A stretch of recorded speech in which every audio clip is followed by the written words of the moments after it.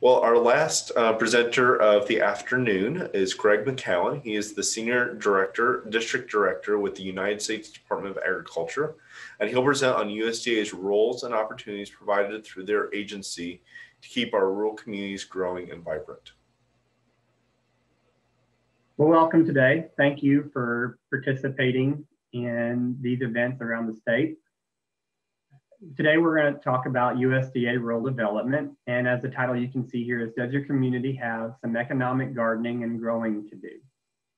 Today, I will be presenting. I'm Craig McGowan. I'm the Community Programs Southern District Director, work out of the Jasper area office in DuBois County. I work with staff in the Bloomfield Greene County office, as well as the North Vernon North Vernon office over in the eastern part of the state. We have staff there that work with community facilities and water environmental. And then also along some of these meetings, Rochelle Owen will be in attendance to be able to answer any questions, and you can see her contact information there. She's the Director of Community Programs and Business Programs here in the state of Indiana. If you guys have any questions after this, we'll hope to be on here to answer some of them. And then you can always email us or call us at the phone numbers and email addresses provided here on the first screen. So let's talk about what economic gardening and growing, what do we have to do? How do we help our communities in the rural areas stay vibrant? So a little bit about the USDA. USDA was established in 1862 by President Abraham Lincoln. The mission there, as you can see, is to provide leadership on food, agricultural, natural resources, rural development, nutrition, and related issues based on sound public policy, the best available science and efficient management. And so the USDA heading has lots of different programs and agencies underneath it. As you can imagine, just from some of those items listed on the mission there, rural development, farm service agency, natural resources. We typically share offices around the nation. There are 7 USDA rural development sites in the state, and we share that with your county FSA and NRCS offices. So we may not be in every county. We do help every county in the state through our regional offices. So the best thing to do is if you're looking for, you can get online, you can find out what county each office addresses. And we work together with our sister agencies to provide not only funding for the programs in rural areas, but where there's some overlap, we try to work with them and stay up to date. For example, the USDA through the Food Nutrition Service offers lunch programs during the summer.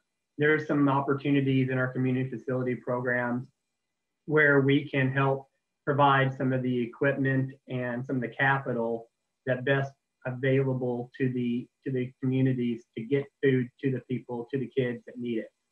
Our support through there is the American agriculture economy to strengthen rural communities, to protect and conserve our natural resources, to provide a safe, sufficient, nutritious food supply for the American people. You've probably heard Sonny Perdue say a lot of times, do good and feed everyone.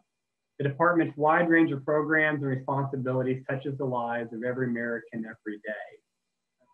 Even though we can really concern ourselves with the rural areas, you got to think that a lot of our programs in USDA really has a big impact, whether it be the food that we inspect in the grocery stores, to the water and wastewater that we provide to the communities, to housing that we also do. And we're going to talk about some of those programs as we go on.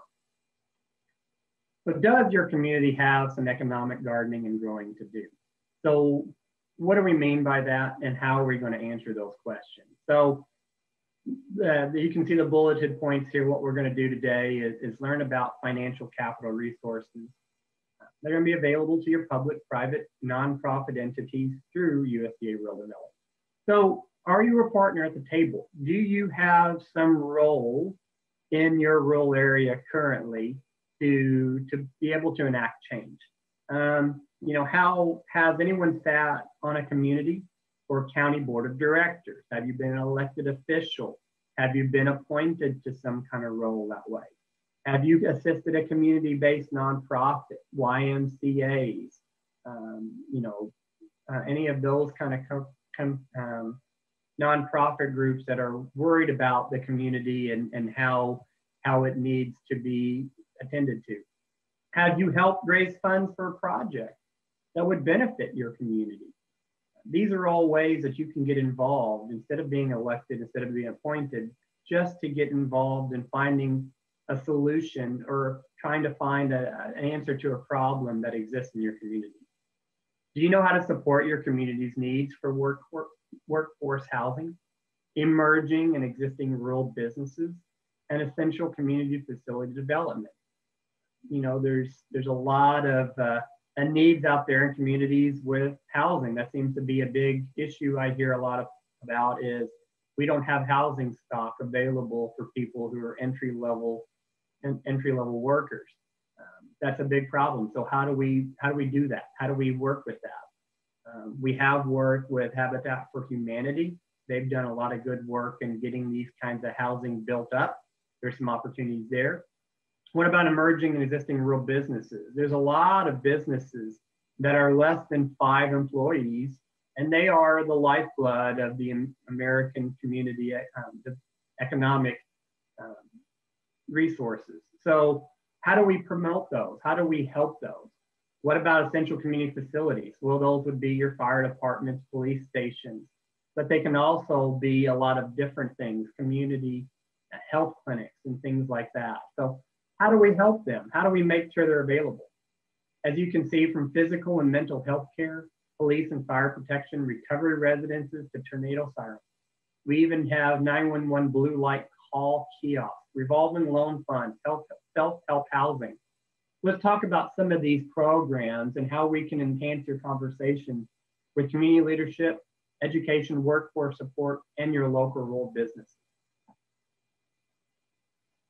So some of the potential programs that we have here are listed. We at Rural Development help public bodies and nonprofits. We help individuals and we help rural businesses. We currently have 46 different programs to assist rural America. And we can do that through these items listed here: municipal entities, community-based nonprofits, individuals, and rural businesses. Here are some of the programs that are available. We have community facilities, community programs. We can talk about that a little bit as we go on. Self-help housing technical assistance grants. This would be how we help our housing stock. And we'll talk a little bit about that as we go on with our program. There's an intermediary relending program. That's going to help your rural businesses get access to small micro loans, for example. That seems to be a big concern that we have in communities. How do we get access to small amounts of capital? Rural business development grants. Again, this is another business grant that's going to help your small businesses develop, emerge, improve, exist. Individuals. So we talk about that single family housing direct loan. These kind of work along with the self-help housing technical assistance grant, but we also do housing directly to individuals to make sure they have a safe and sanitary place to live. Multifamily housing rental assistance. We have a link here, Indiana multifamily housing rental locations.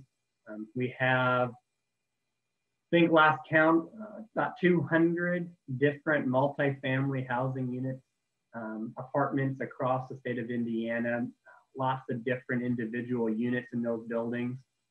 We have rental assistance that helps be able to take off some of that rent in those apartments, help get them a little bit extra cash to be in a safe, sanitary place. Businesses, for your for-profits and nonprofits, we also have business and industry loan guarantees.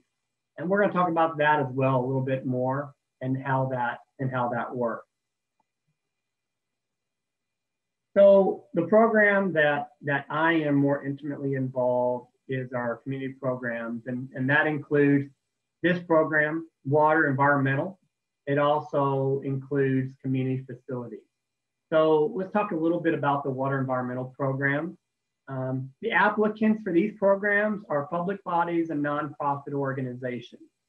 And so what we're looking at there are cities, towns, We also work with sewer districts, which are kind of municipal type bodies.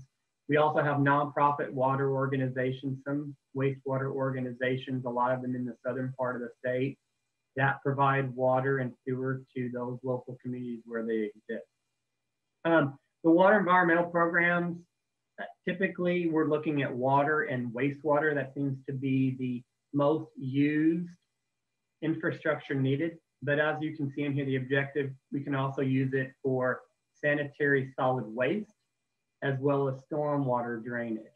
And what we've seen on the stormwater is we've had a lot of people come to us about, hey, we have a lot of flooding in our community.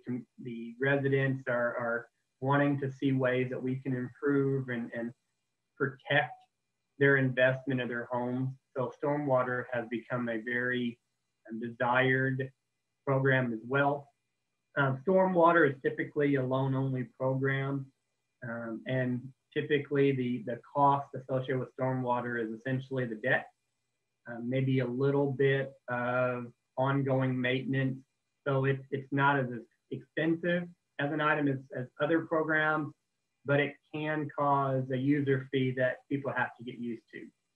Populations for our water environmental programs, we're looking at rural areas with populations of 10,000 or less, or areas of a truly rural area. So we're looking at, cities and towns of less than 10,000, or if you use the county with no municipal structure there out into the rural areas surrounding towns, that's where we see a lot of nonprofit waters pop up to be able to affect those communities, those areas outside of the organized towns and cities. Financing, we're looking at low interest loans. We do have some grants and some loan guarantees. Funds can be used for new construction, for rehabilitation, renovation of existing treatment plants. There's also water wells and lift stations and different infrastructure parts of that water and sewer stations that you need. Funds can also be used to extend new service mains or replacement of current service mains. Funds can also be used to cover eligible soft costs, such as engineering, legal, land acquisition, as well as other items that we have in our regulations of what's eligible. You can see there the interest rates are through October of 2019, so this is kind of older, but what I want you to see, those interest rates currently are lower than what's shown here on the screen.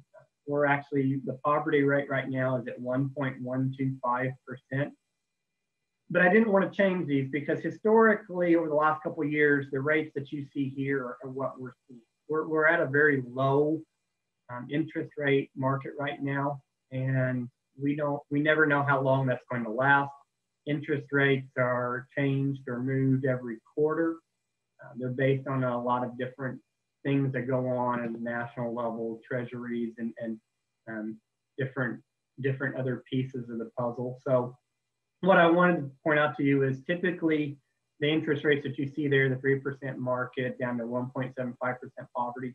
We did a lot of loans the last couple of years at those kind of rates. Again, we're lower than that currently, but I want you to be aware of where we sit at typically.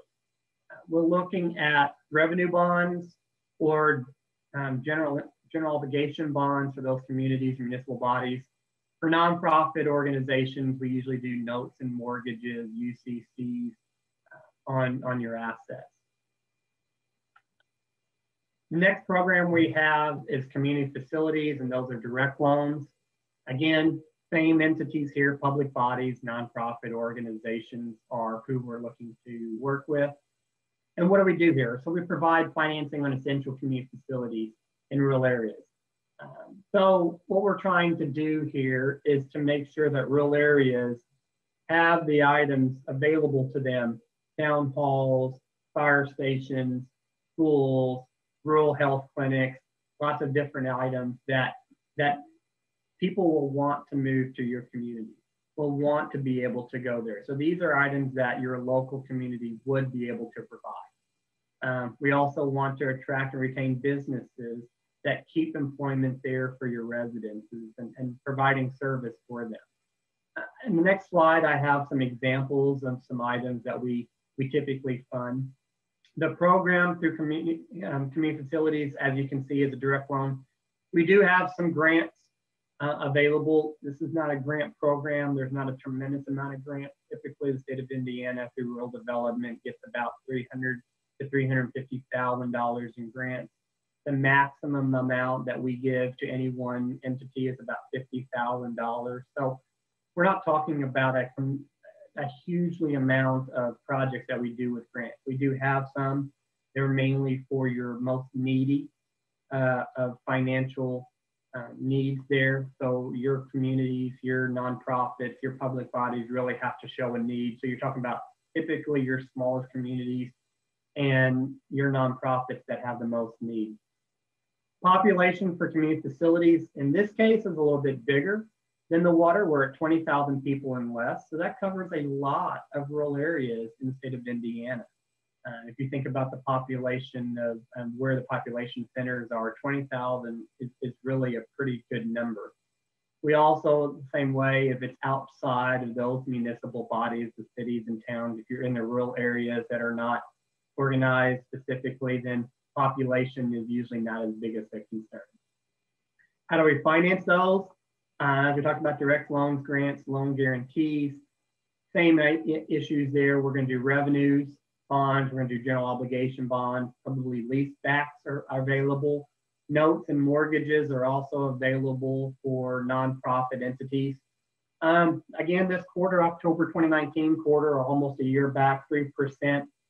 We're actually doing loans right now at 2.5%. So we're not terribly off of that interest rate, a little bit lower. 3% seems to be a historical average of the last couple of years. So I think that's a good benchmark to use.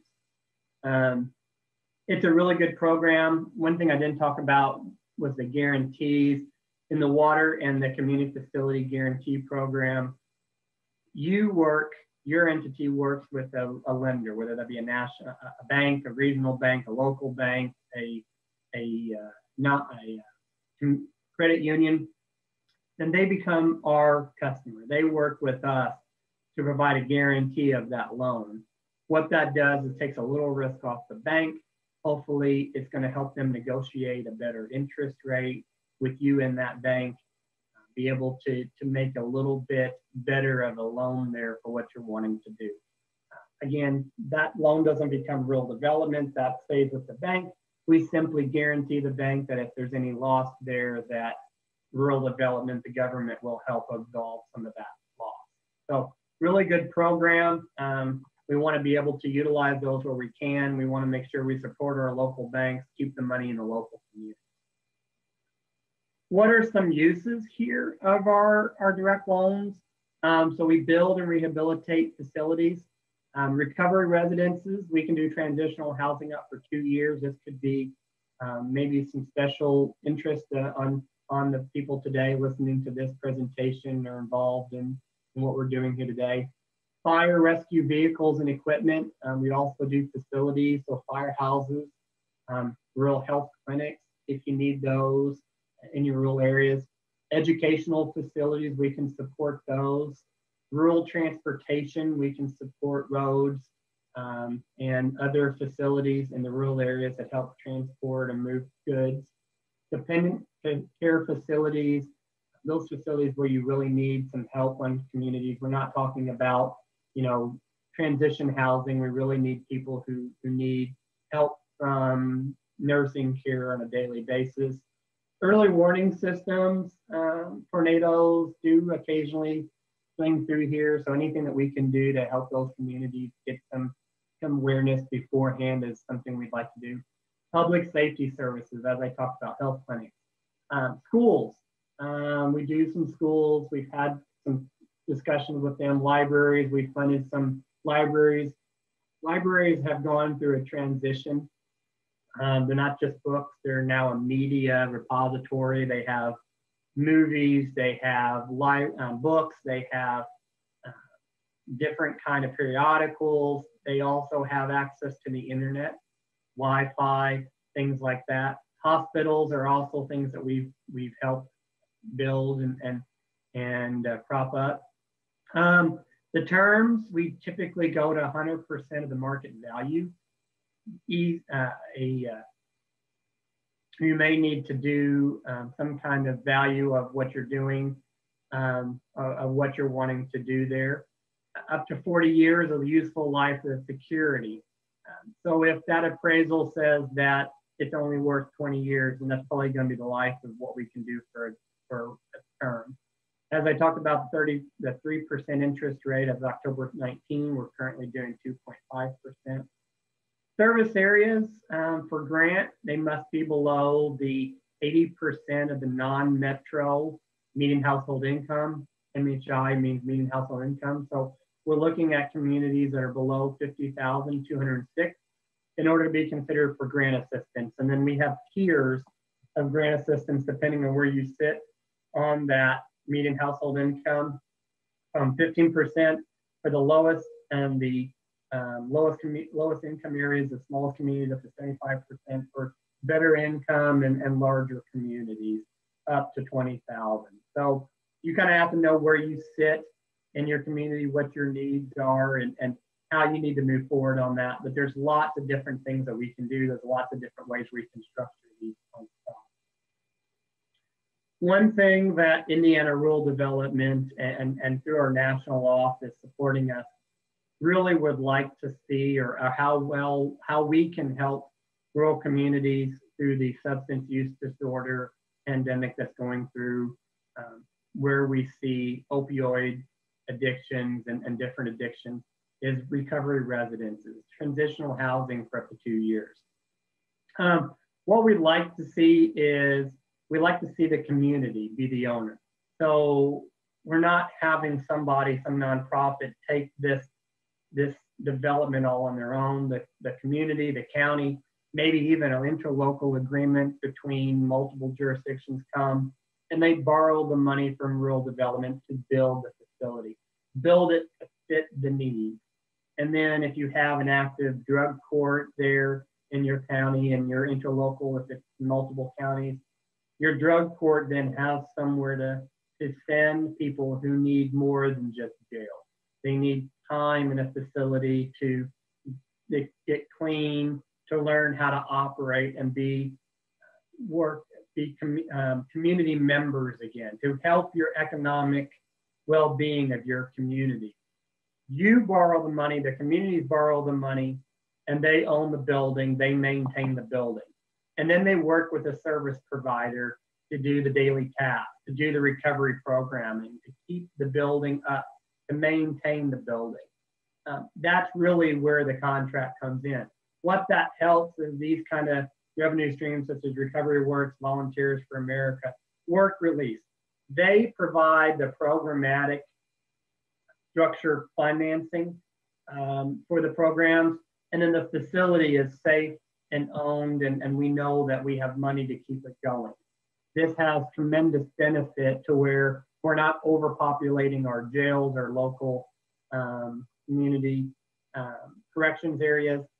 We're also getting the people who really need the assistance that we can provide, the assistance that they need to be provided. It's really we've heard a lot of people talk about, hey, we don't want this in our backyard. We don't want people who are addicted to be around our community. Guess what? They're already there. They need this help. And this is a way we can get them back into society. We can start helping some of those rural businesses get the help that they need. So the debt would be back as a public bond. So we see tax revenue. There's some guarantee there from each community. If it's an interlocal agreement, we have different communities coming together to provide that tax revenue. So partnerships between a responsible service provider, local businesses in need of workforce. We'd like to see where work release, where business come and say, hey, we'll hire your individual once they go through the initial steps of detox and getting clean. We'll help them and work with them to bring them into our workforce. Local educational facilities, if you need further educational attainment, if we need to bring on GED or other kinds of educational help there. Local economic development organizations. We all have them, and they will be key to helping move this on. If we're already getting money from the local in tax revenue, wouldn't the local economic development organization be another aspect to this to help build workforce programs with our Indiana workforce development? So that's the way that rural development in our community facility program is seeking to help communities be available as we move through the substance use disorder issues that all our communities are facing. So we hope to talk more about that. If you have some questions, I hope you're writing them down. Hopefully at the end of this presentation, Rochelle and I will be live to be able to help you through those. Individuals. So how do we help individuals in your community? So we have our single family housing direct programs, and this includes our self-help program. And I'll talk a little bit about each. So our single family housing direct loans, they're low interest, fixed rate home ownership loans, and persons must qualify directly through USDA rural development. Financing is also offered at fixed rate terms through private financial. These are our guarantee loans. So again, this is like talked about before on the water and the CF. We're lending a homeowner or potential homeowner will go to a bank. The bank then becomes a customer of rural development. We do a tremendous amount of guarantee loans in this state every year. It's a very successful program. It is, for a while, was the only 100% lender, after that 2008, 2009 area. So it's been a very successful program for rural development. It helped a tremendous amount of people get into a safe and sanitary home, something that they can feel proud about and something they can feel safe in. As you can see, neither one of these home programs require a down payment. We really are trying to get people who need, desire, and want a home into a home. USDA Rural Development also offers competitive grants to public and private nonprofit self-help organizations and recognized tribes. So in Indiana, we have been working with the Habitat for Humanity in the Southern Indiana community county.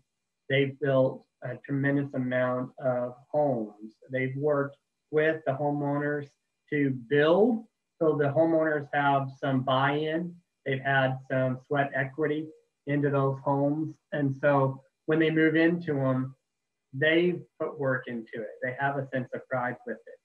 And so our self-help program assists people in getting those programs, getting those homes there.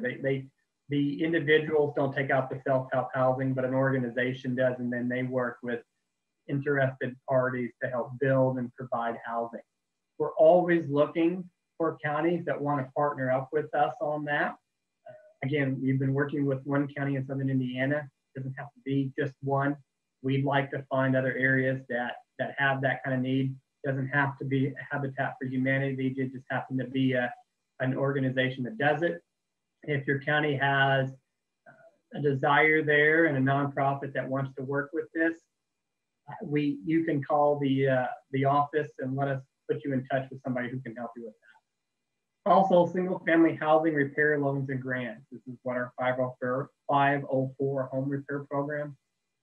This program is going to go to very low income homeowners to repair, improve, and modernize their homes.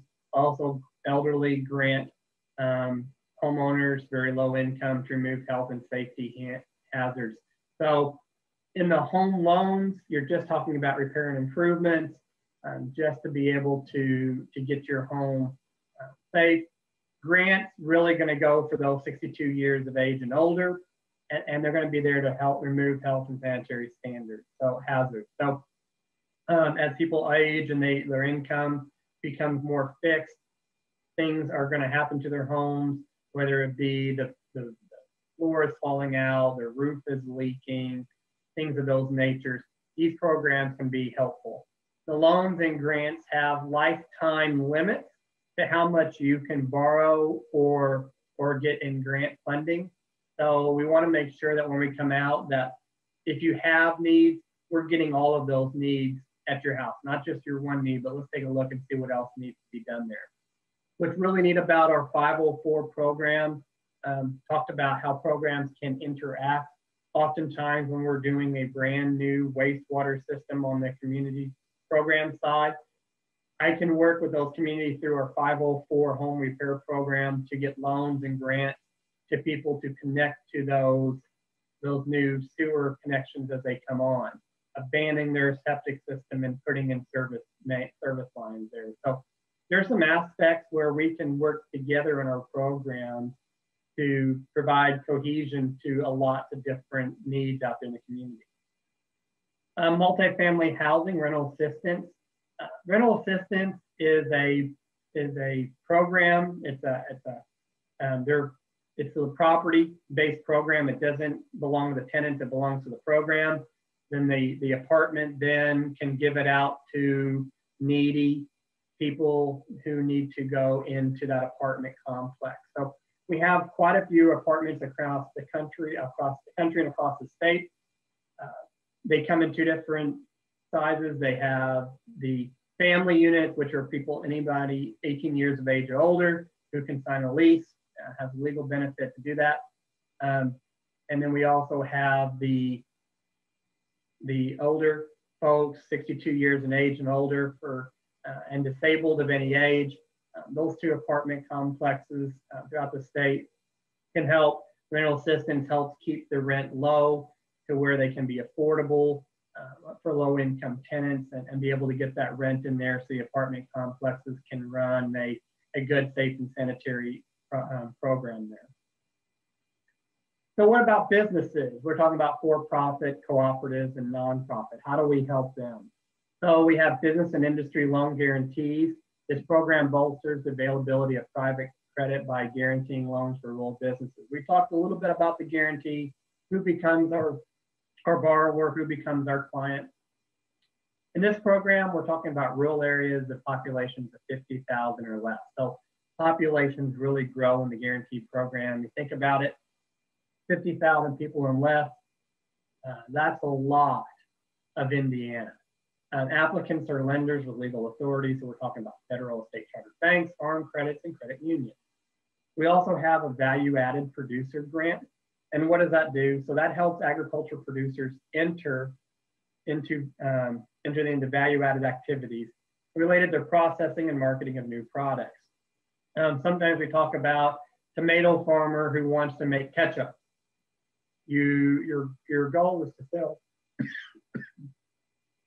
sell tomatoes, but you can also sell ketchup. Excuse me. So the goal is to make and to generate new products, create and expand marketing opportunities through grants and working capital funds.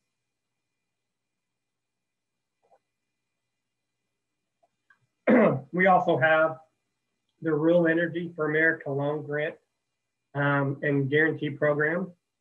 This is to make businesses for renewable energy like solar and different kind of energy programs that are available. So in our business and industry loan guarantees, I also want to mention that some of the items that you can use is develop land, purchase it, rights of way, buildings. You can also purchase equipment, leasehold improvements, machineries, supplies or inventories. There are some debt refinancing capabilities in that program when it improves cash flow, creates jobs. And then you can also business and industrial acquisitions when the loan will maintain business operations to produce safe jobs. So we're trying really to help those small businesses, those emerging businesses in rural areas. We want to keep people employed and keep employers there in the community. What about rural public bodies and nonprofits? How do we help businesses? We have a Rural Business Development Grant, an RBDG. It's a competitive grant that supports targeted technical assistance. So we're trying to get businesses support in being able to stay available, to stay aware of what's going on. Again, this is designed for 50 or fewer new employees, less than $1 million in gross revenue. So we're really talking about smaller type emerging new businesses. There's programmatic activities that are separate in the enterprise or opportunity type grant activities. So this is a good program. You're talking about a lot of public bodies that work together to support their rural businesses. There are some nonprofits. One of the things that you could do is get a market study to see, hey, we want to grow, we want to expand. Is this a good idea? A development grant helps understand and answer those questions. Community facilities, again, we're trying to ensure rural areas enjoy the same basic quality of life as those in urban areas. So we want to make sure that services are available. We offer direct loans, loan guarantees to develop or improve essential communities. We talked about community facilities a little bit. We just kind of wanted to see how those two things work together. Intermediary lending program. This provides a 1% low interest loan to local intermediaries that relend. So talked about the micro loans. I've had a lot of communications with economic development companies or municipal economic development groups that say, hey, we have small businesses that need $5,000, $10,000, $15,000 in loans. You know, banks don't always want to go on that small amount for a business. How can we help?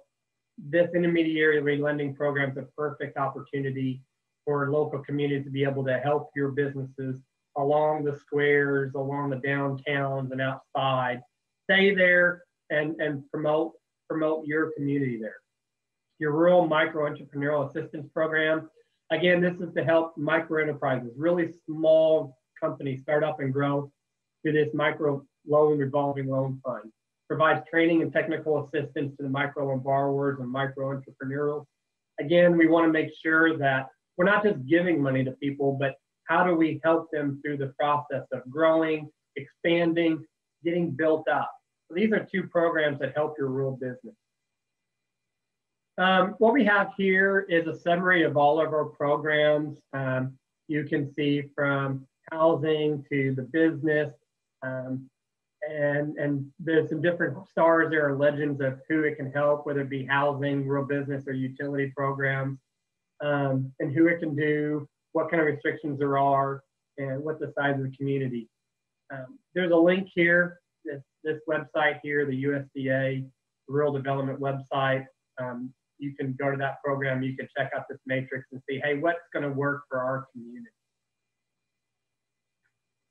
In our community programs areas, again, we have 7 offices and a state office around that you can contact. We have contacts here for those offices from Columbia City to North Vernon, Bloomfield, Muncie, Crawfordville, Jasper, and Knox. This is a really good information, and I would encourage you to have that available. Contact any of those people in any of those offices, talking about what you're wanting to do. If we're not the program to help you, we'll help you get in contact with somebody in one of our other programs that will, whether it be housing or business or anything like that. Even if it's not with rural development, oftentimes we try to stay with contacts for our other partners, whether it be state or federal partners that we can work with. These are good numbers, good email addresses to have. For our business programs, they're kind of broken up depending on what area of influence. We have business and industry guarantees, Anthony Kirkland, and then Brad Bisler will work with that. And then Jamie Wilson works with our energy coordinators. So that would be our rural energy grants and the renewable energy. Knox area office does with the rural development business grants and economic loans. Crawfordville has a whole host of different things there, from the intermediary lending program to the micro entrepreneurial assistance. So these are good numbers, good email addresses to have available to you. If you have any questions, email any one of them and they'll get you with the person that you need. So again, rural development, our tagline, that what we've been using is "Together America Prospers," and it's true. We are working together to try and find a way to promote, to make communities viable, sustainable, continue that line of growth. So let us know if there's anything we can do.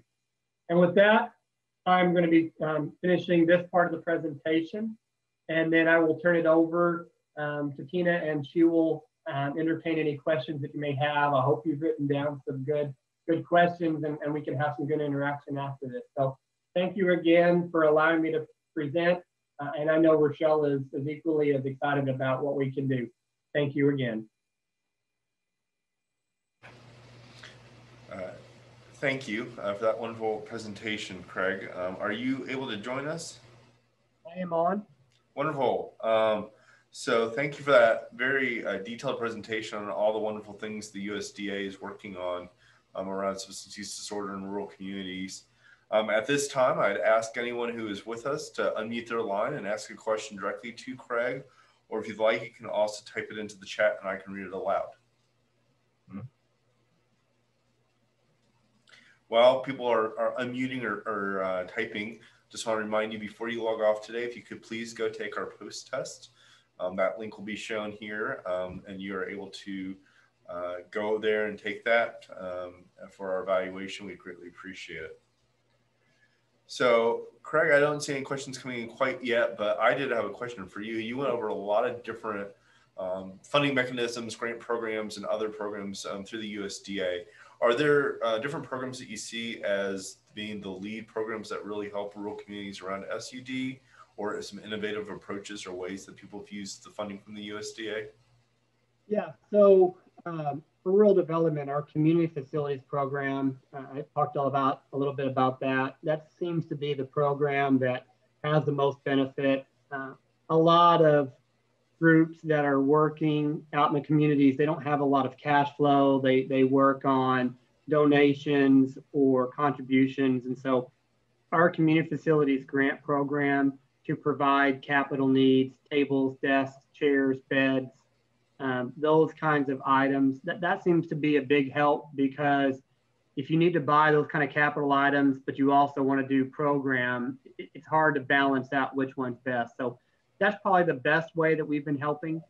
We're hoping that as communities start to realize that they need to take ownership and take attention to what's going on, to help, that they can come and work with our community facility program to find ways to borrow money to make that available, those facilities available to groups that are working out in the communities to be able to help with the substance use disorder. Wonderful. Dr. Anwar, did you have any questions for Craig? I had one question, Craig. Are there any funding programs available for the residential treatment centers or houses through USDA? The community facilities program is definitely the program for that. Our business program might also be available. Business programs are primarily lender driven. They work with banks and guarantees on that. But our community facilities program is a good program for your question. The one thing that we really need to make sure of when we work with an applicant is that we've got some kind of guaranteed income, some kind of guarantee revenue to be able to pay back the loan. So when you're working with federal dollars, you do want to make sure that you've got a good, reliable revenue stream that you can use. Thank you. Thank you. Are there any other questions from the audience today?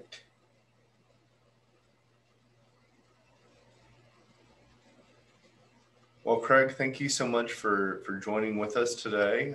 I do want to remind everyone that next Tuesday, on September 29th, we will be having our last session focusing on Harrison County. Craig will be joining us at that one as well. So there's other members in your community that you're like, I really wish they were on, and I don't want to wait for the recording to go up on YouTube, or I want to ask Craig a question. Please come back. You can register. It's 2 to 6. We'll have some of the same presentations, but we will also have several presentations related directly to the work there in Harrison County as well. Thank you, Craig, for that wonderful presentation, a lot of detail. Rochelle is joining us. Can we do a quick audio check? Can you hear me? Yep, we can. Very good. How are you tonight? I'm very good, thank you. I see that our audience is dwindling, but if someone might have a question to understand the breadth of what rural development does, you can understand trying to hone in on all of the resources that a rural community might need, pivoting around substance use disorder. Well, thank you so much. We did actually have a question come in earlier today that we'd love to ask you with USDA. about malpractice. So we had a private physician who is struggling with malpractice due to being so high for MAT and SUD. And we didn't know if the USDA had any programs that may support malpractice or other costs of services delivery. We're a bricks and mortar program, so generally speaking, programmatic costs are not part of our community facilities program. Okay. Well, we'll be able to share that with him. Yes. So thank you. Yes. I would just like to add, although our participant has decreased, but our link for asking the questions will still be available, and these will be available. So if we have any questions, we will reach out to you. One question we did mention, like in the beginning, there was a presentation about transitional housing. Yeah. So if there are, since you just mentioned brick and mortar, if there are other entities looking to set that up, what would be the steps that they would need to take in terms of getting any funding from USDA? Sure. So, and that's one of the things that we are highlighting, our ability to provide financing for transitional housing.